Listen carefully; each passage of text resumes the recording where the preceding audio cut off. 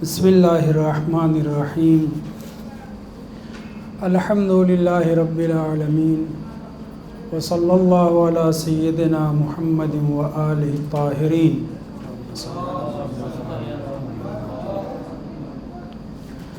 ولعنۃ اللہ علی اعدائہم اجمعین الی یوم الدین۔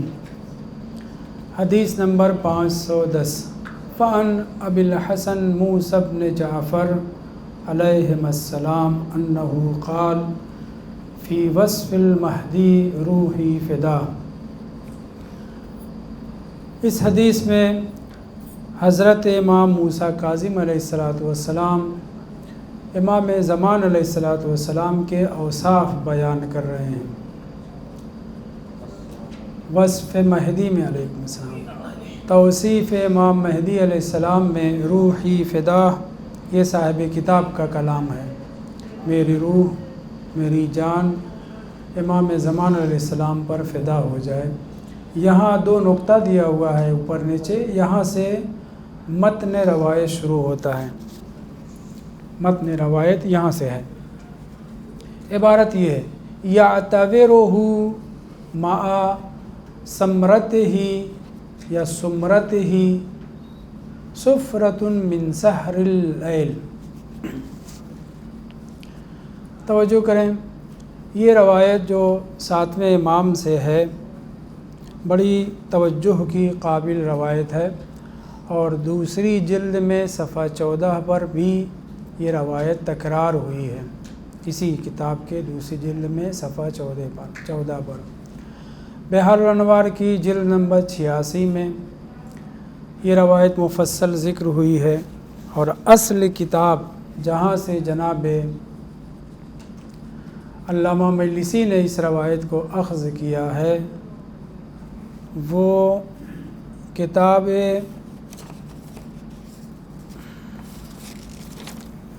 ذہن سے اتر گیا، کتاب فلاح السائل ہے۔ فلاح السائل عبادات، اوراد اور اس کے زیارتوں اور دعاؤں کے ثواب وغیرہ کے بیان میں ہے۔ جناب سید ابن طاؤس نے دعا، زیارت اور تعویذ وغیرہ کے اوپر معتبر تعویذات پر کئی کتابیں لکھی ہیں: الاقبال، جمال العصبو، الدروع الواقیہ، مصباح، اسی طریقے سے فلاح السائل، یعنی 8-10 کتابیں ان کی صرف دعاؤں، زیارتوں اور اعمال کے اوپر ہیں۔ مشہور کتاب ان کی کئی ایک ہے، ان میں سے ایک جو یہاں پہ بھی ہے اور اوپر بھی ہے، یہاں پتہ نہیں، یہاں تو مصباح ہے، اوپر بہر الموجود ہے، فلاح السائل، یعنی خدا کی بارگاہ میں سوال کرنے والے کے لیے رستگاری ہے۔ فقیر کے بارے میں بات نہیں کر رہے ہیں، فلاح السائل۔ اس کتاب میں جناب سید ابن طاؤس فرماتے ہیں کہ عصر کی نماز کے تعقیبات میں ایک مہم تعقیب، ایک مہم دعا جسے امام کاظم علیہ السلام پڑھا کرتے تھے وہ پڑھنا چاہیے۔ خوب کم سے کم ایک مرتبہ تو پڑھنا چاہیے ہم آپ کو۔ تو جناب سید ابن طاؤس نقل کرتے ہیں کہ امام موسیٰ کاظم علیہ السلام نماز عصر کی جو تعقیبات پڑھتے تھے، ان تعقیبات میں سے ایک دعا یہ تھی۔ وہ دعا کیا ہے، اس کا آغاز بیان کرنے سے پہلے اتنا سن لیں کہ اس دعا میں ابھی 5 پشت کے بعد، 4 پشت کے بعد امام پیدا ہوں گے، امام زمان علیہ السلام، پھر بڑے ہوں گے، پھر اس کے بعد پردہ غیب میں جائیں گے، پھر ظہور فرمائیں گے کتنے فاصلے کے بعد، مگر ان کے ظہور کی تعجیل کے لیے امام موسیٰ کاظم علیہ السلام دعا کرتے نظر آ رہے ہیں۔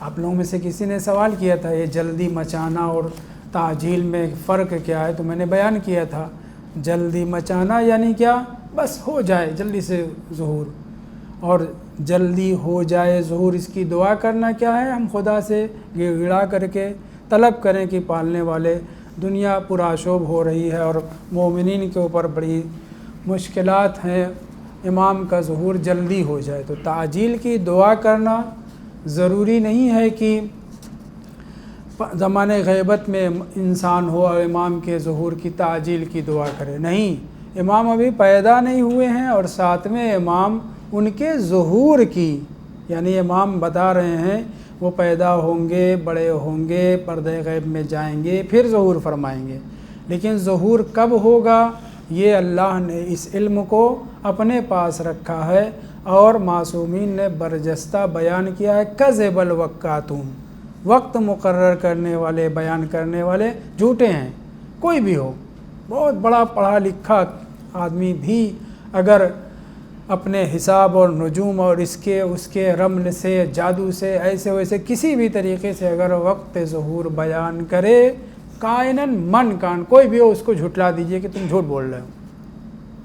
معصومین نے صاف لفظوں میں یہ کہا ہے کہ وقت مقرر کرنے والے جھوٹے ہیں، صاف، تو جھوٹے ہیں تو جھوٹے ہیں۔ معصومین کی پاک اور سچے معصومین کی زبان پر یہ کلام جاری ہوا ہے۔ امام موسیٰ کاظم علیہ السلام فرما رہے ہیں کہ خدایا، پہلے تفصیل ہے، ایک صفحہ تقریباً اللہ کے بارے میں، لا الہ الا انت الاول والآخر والظاہر والباطن، اسی طریقے سے لا الہ الا اللہ، لا الہ الا اللہ، امام خداوند متعال کی توصیف کرتے ہیں، اور توصیف کرنے کے بعد آ جاتے ہیں اسی دعا کا ایک حصہ کہ جسے راوی یحییٰ نوفلی، یہ شخص پہنچتا ہے بغداد۔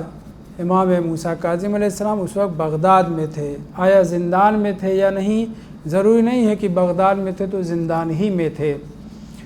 پہنچتا ہے امام کی خدمت میں، کیا دیکھتا ہے کہ امام نماز عصر پڑھ کے فارغ ہوئے ہیں، اور دونوں ہاتھوں کو آسمان کی طرف اٹھا کر کے، کیا خدا آسمان میں ہے؟ خدا ہر جگہ ہے، لیکن حکم یہ ہے کہ ہم آسمان کی طرف اپنے ہاتھوں کو بلند کر کے دعائیں کریں۔ امام موسیٰ کاظم علیہ السلام فرما رہے ہیں اللہم لا الہ الا انت الاول والآخر والظاہر والباطن، اسی طریقے سے دعائیں کرتے چلے جا رہے ہیں یہاں تک کہ اس جملے پر پہنچتے ہیں۔ کون سا جملہ؟ اسألک ان تصلی علی محمد وآل محمد، میرا پہلا مطالبہ خدایا، میں تیری حجت ہوں، میں تیری طرف سے خلائق کے اوپر ان کا پیشوا، امام اور معصوم ہوں، میرا پہلا مطالبہ کچھ نہیں ہے تجھ سے، وہ یہ ہے کہ محمد اور آل محمد کے اوپر درود بھیج۔ صلوات پڑھیں محمد صلی اللہ علیہ وسلم۔ یہ پہلا مطالبہ ہے۔ اتنی تعریفات کے بعد، تمجیدات کے بعد خدا کی، اور اس کے بعد امام یہ فرماتے ہیں اسألک ان تصلی علی محمد وآل محمد وَأَن تُعَجِّلَ فَرَجَ الْمُنْتَقِمِ لَكَ مِنْ أَعْدَائِكَ، اور میں تجھ سے دوسرا مطالبہ، درود کے فوراً بعد امام کر رہے ہیں خدا سے، حجت خدا کوئی مطالبہ کرے وہ ضرور پورا ہوتا ہے، ظاہر بات میں ہو، دیر سے ہو، ایسے مومنین کے لیے بھی حکم ہے۔ امام فرما رہے ہیں کہ اور میرا تجھ سے دوسرا مطالبہ یہ ہے عجل فی فرج المنتقم، المنتقم یعنی کیا؟ انتقام لینے والا، میری اولاد میں جو انتقام لینے والا آئے گا اور وہ پردہ غیب میں جائے گا، اور جب پردہ غیب میں جائے گا تو وہاں سے ظہور کرے گا۔ ظہور میں تاخیر بھی ہو سکتی ہے، تعجیل بھی ہو سکتی ہے، ہم آپ کی دعاؤں کے اوپر موقوف ہے۔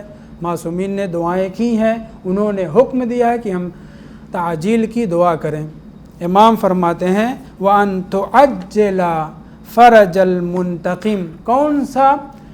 المنتقم لک من اعدائک، پالنے والے تیرے دشمنوں سے انتقام لینے والا جو ہے پردہ غیب میں جائے گا، اس کے ظہور میں تعجیل فرما۔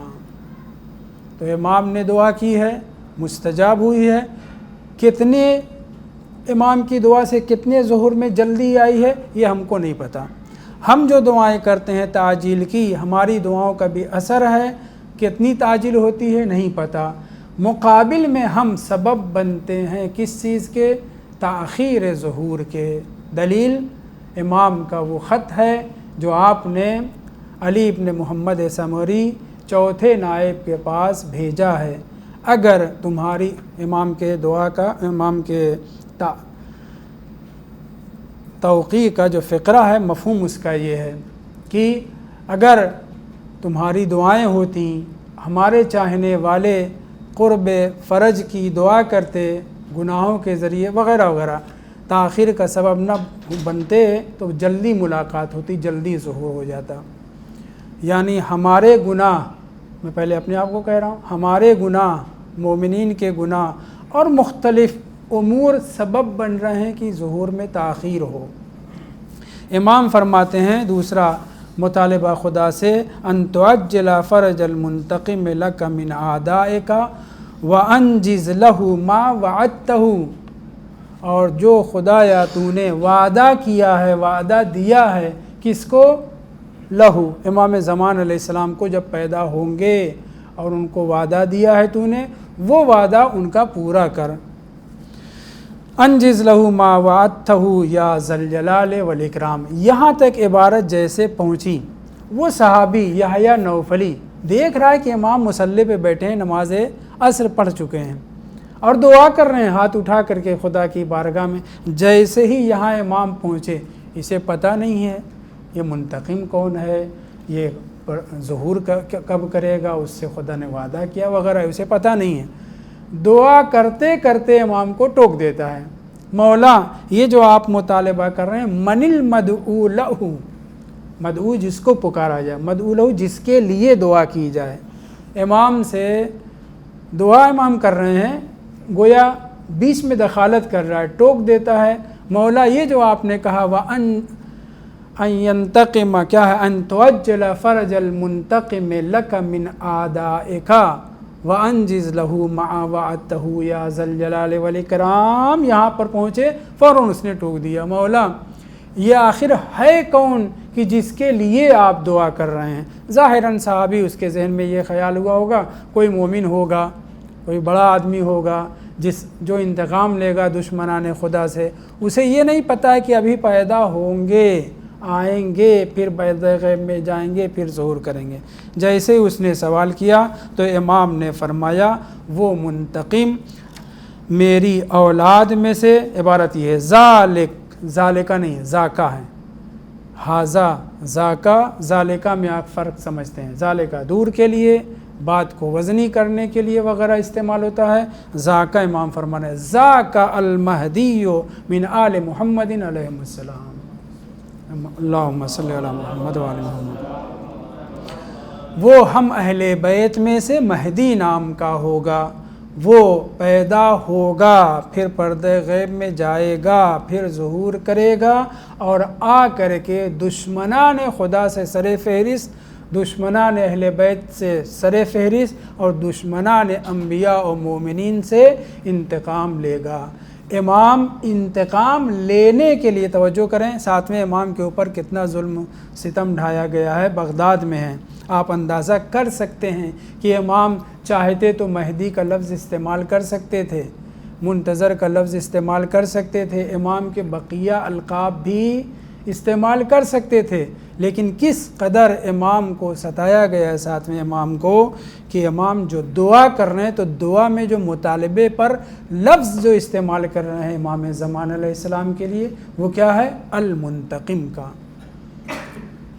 امام یقیناً چاہ رہے تھے کہ مجھے ایسا موقع فراہم ہو کہ جس میں میں خدا کی پرسکون عبادت کر سکوں، نمازیں پڑھ سکوں، اعمال انجام دے سکوں۔ اور جب زندان ملا تو آپ نے زندان میں پہنچنے کے بعد کیا کہا تھا؟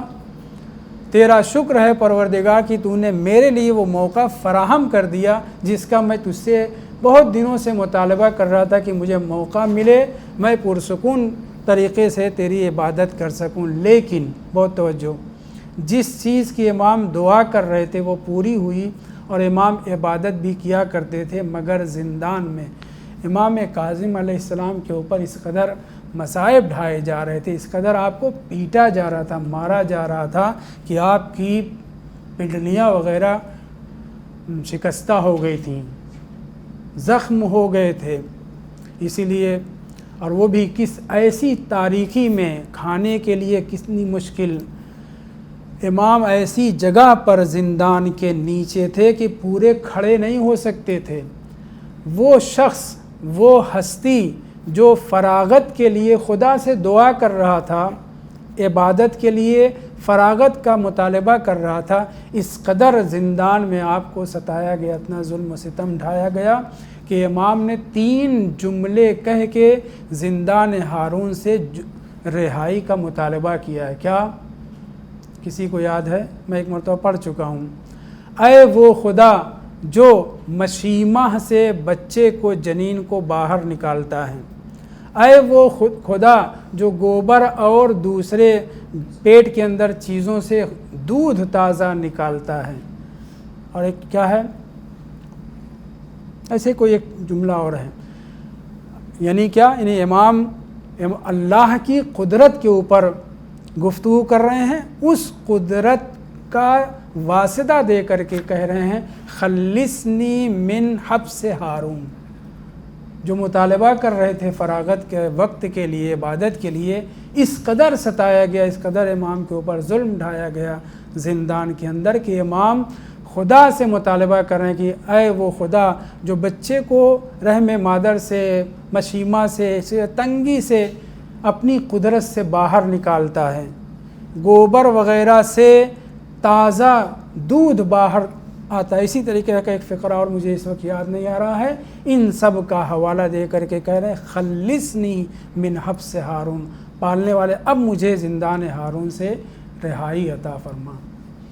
اندازہ کر سکتے ہیں کہ امام کو کتنا ستایا گیا ہے کہ اب الٹا مطالبہ، رہائی کا مطالبہ کر رہے ہیں۔ امام کہہ رہے ہیں ان تعجل فرج المنتقم لک من اعدائک۔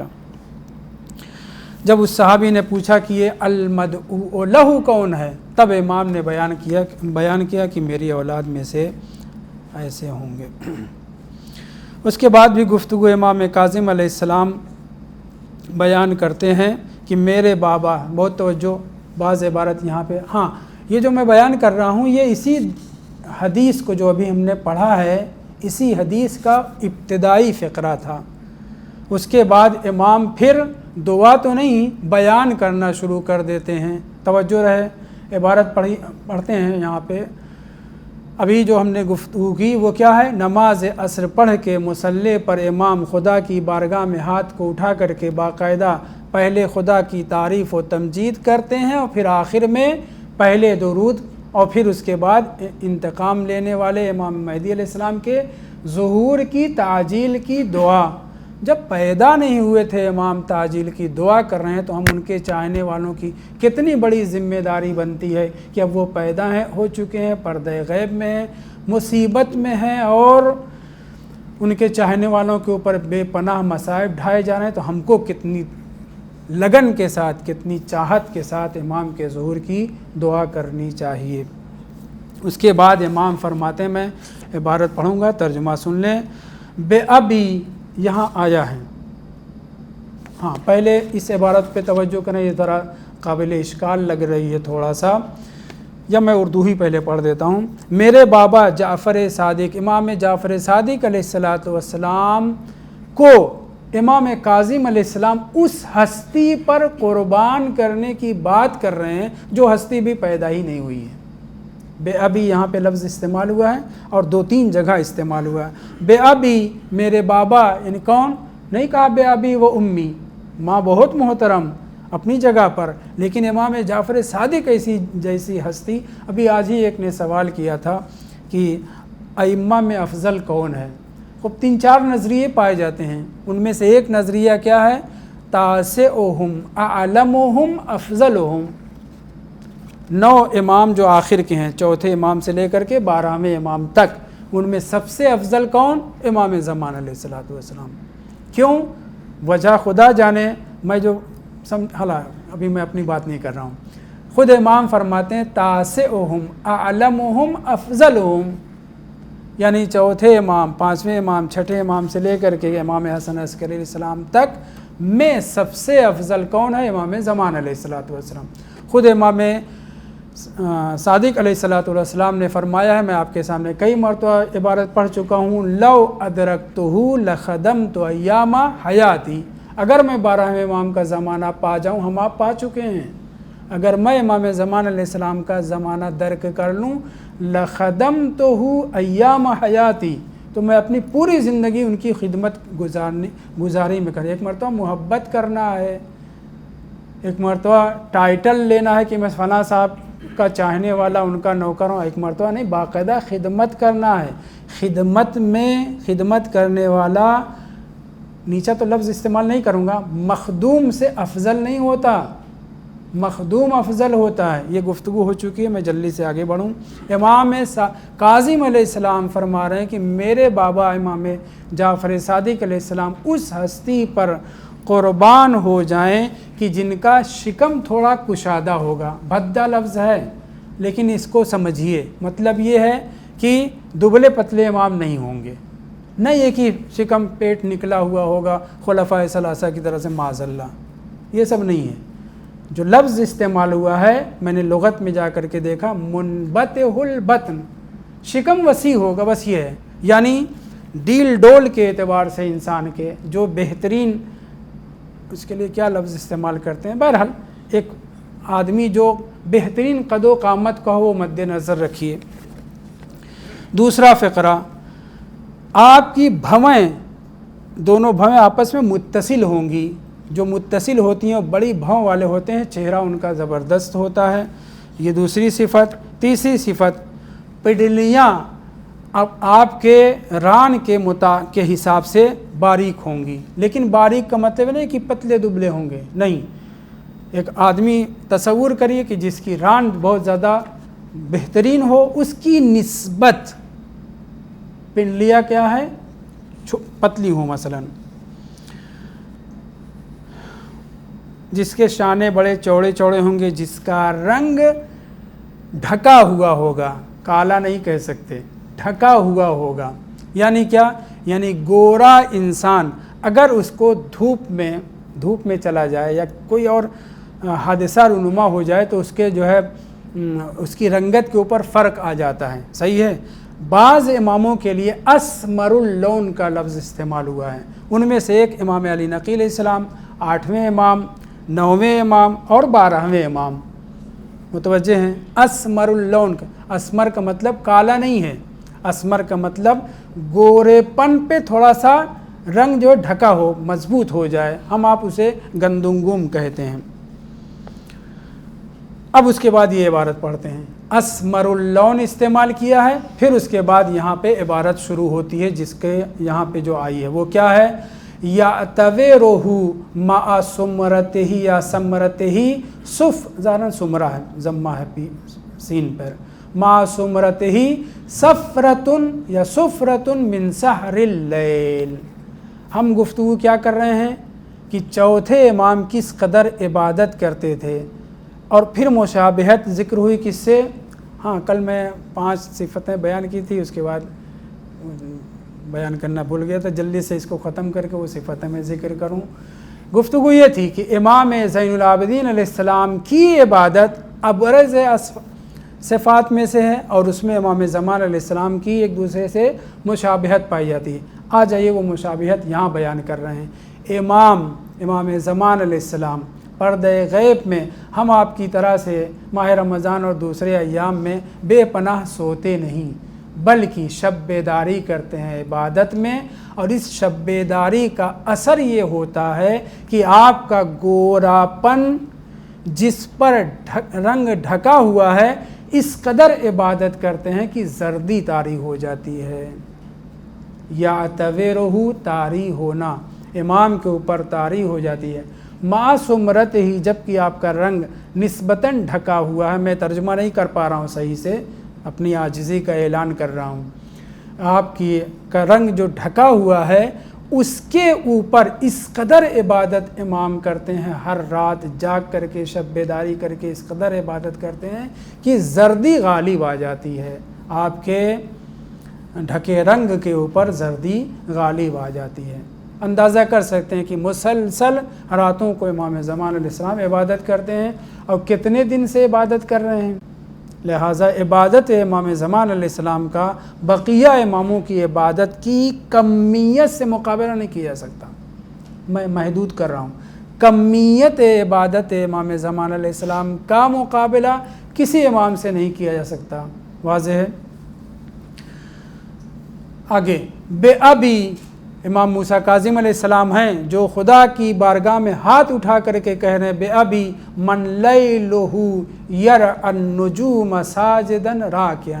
پہلے عبارت سے واضح ہے، لیکن اس کے بعد بات یرع النجوم لفظ وہاں استعمال کرتے ہیں کہ جو آدمی سو نہیں رہا ہے بلکہ جاگ کر کے ستارہ گن رہا ہے. ستارہ گننا محاورہ ہے، یعنی پوری رات وہ بیدار رہتا ہے، جب تک ستارے رہتے ہیں تب تک وہ جاگتا رہتا ہے. ساجدن راکعن، امام زمان علیہ السلام مسلسل راتوں کو شب بیداری کرتے ہیں، اور شب بیداری ہماری طریقے سے ٹائم پاس نہیں کرتے. یا تویرو عبارت پہ توجہ کریں، بے ابی من، اس ہستی کے اوپر میرے باپ امام جعفر صادق علیہ السلام قربان ہو جائیں جس کی رات ستاروں کی رعایت، ستاروں کو دیکھنے میں گزرتی ہے. دیکھنے میں گزرنے کا مطلب نہیں کہ لیٹے ہوئے ستارہ گن رہے ہیں، نہیں، یرع النجوم راکعا ساجدا، سجدہ کرتے ہوئے، رکوع کرتے ہوئے گزر رہی ہے. مراد یہ ہے کہ امام راتوں کو سوتے نہیں ہیں. پھر اس کے بعد کی عبارت کیا ہے؟ پھر اس کے بعد امام بے ابی کہتے ہیں بے ابی میرے باپ امام جعفر صادق علیہ السلام اس ہستی پر قربان ہو جائیں جو خدا کی راہ میں کسی ملامت کرنے والے کی ملامت کو نظر میں نہیں لائے گا. توجہ کریں، بہت توجہ. امام جب تشریف لائیں گے 8 مہینے تک تلوار لے کر کے یہ ادھر جنگ ادھر جنگ، اس کو مار رہے ہیں اس کو قتل کر رہے ہیں، یہاں تک کہ لوگ یہ کہنا شروع کر دیں گے کہ یہ بندہ اگر آل محمد کی فرد ہوتا، اگر یہ اولاد زہرا میں سے ہوتا تو رحم دل ہوتا. میں بیان کر چکا آپ کے. اس قدر کٹائی کریں گے کھیرا کڑی کی طرح سے دشمنوں کو، منافقین کو، مشرکوں کو، خاص طور سے منافقین کو. برجستہ چاہنے والے اپنے لوگ بھی بعض یا جو نفاق میں ہوں گے وہ سب کہیں گے یہ اگر یہ آل محمد میں سے ہوتا. یہ ایک فقرہ. دوسرا فقرہ، نہیں، اگر یہ فاطمہ زہرا صلوات اللہ علیہا کی اولاد میں سے ہوتا تو اتنا جو ہے قتل و غارت نہیں کرتا. توجہ کریں ساتھ امام کیا کہہ رہے ہیں. امام فرماتے ہیں کہ میرے باپ امام صادق علیہ السلام اس ہستی کے اوپر قربان ہو جائیں جو خدا کی راہ میں کسی بھی ملامت کرنے والے کی ملامت پر توجہ نہیں دے گا. یعنی کیا؟ ان کی ذمہ داری ہے کٹائی کرنا. مومنین کے لیے رحمت، منافقین و مشرکین و کافرین کے لیے عذاب ہوں گے. نقمت اور رحمت دونوں ایک دوسرے کے ضد میں ہیں. رحمت للمؤمنین، نقمت للکافرین والمنافقین. روایات میں اس طرح کے کلمے ذکر ہوئے. کسی ایک بندے کا ایک قطرہ خون ناحق امام بہا سکتے ہیں؟ ہرگز نہیں. آپ کا عقیدہ ڈاواڈول ختم ہو جائے گا، ایمان چلا جائے گا اگر آپ نے یہ تصور کر لیا. امام معصوم حجت خدا 18,000 جو جمل کے میدان میں بصرہ میں مارے گئے، ایک بھی مسلمان نہیں تھا. نام کلمہ زبان پہ جاری ہوتا تھا، لیکن امام معصوم اور ان کے اصحاب جو ان کی کسٹڈی میں تھے ایسے کسی کو نہیں قتل کر سکتے کہ جو ناحق جس کا کسی کا خون بہائے. بہت توجہ کریں. تیسری مرتبہ یا چوتھی مرتبہ امام صادق علیہ السلام کو قربان کرنے کی بات کہتے ہوئے کہہ رہے ہیں کہ جو خدا کی راہ میں کسی ملامت کرنے والے کی ملامت کا ذرا بھی اثر نہیں لیں گے، جو تاریکیوں کا چمکتا ہوا چراغ ہیں. چوتھی مرتبہ یا پانچویں مرتبہ میرے باپ اس ہستی کے اوپر قربان ہو جائیں کہ جو امر الہی کے ساتھ قیام کرے گا. پھر یحییٰ نوفلی کچھ اور بھی سوال کرتے ہیں، امام اس کا جواب دیتے ہیں. خلاصہ کلام دو بات یہاں پہ خاص طور سے وہ یہ ہے کہ امام شب بیداریاں کرتے ہیں، دوسرے ستارہ گنتے ہیں. وہ بھی ستارہ گننے سے مراد کیا ہے؟ راکعاً و ساجداً. تو ایک مطابقت اور موافقت امام سجاد علیہ السلام میں اور امام مہدی علیہ السلام میں یہ ہوئی کہ آپ کثرت سے عبادت کرتے ہیں، کثرت سے نماز پڑھتے ہیں، کثرت سے سجدہ کرتے ہیں، یہ مشابہت جو امام سجاد علیہ السلام کی بارز صفت تھی، اس میں امام زمان علیہ السلام بھی وہی خصوصیت، وہی صفت رکھتے ہیں۔ اب اس کے بعد پانچویں امام کا تذکرہ، اب ٹائم نہیں بچا کہ میں بقیہ ان 5-6 چیزوں کو جو امام سجاد علیہ السلام کے حوالے سے ذکر ہوئی ہیں اور مشابہت کا تذکرہ ہے اس کو میں بیان کروں انشاءاللہ اگلے ہفتے۔ والحمدللہ رب العالمین۔ درس سے متعلق اگر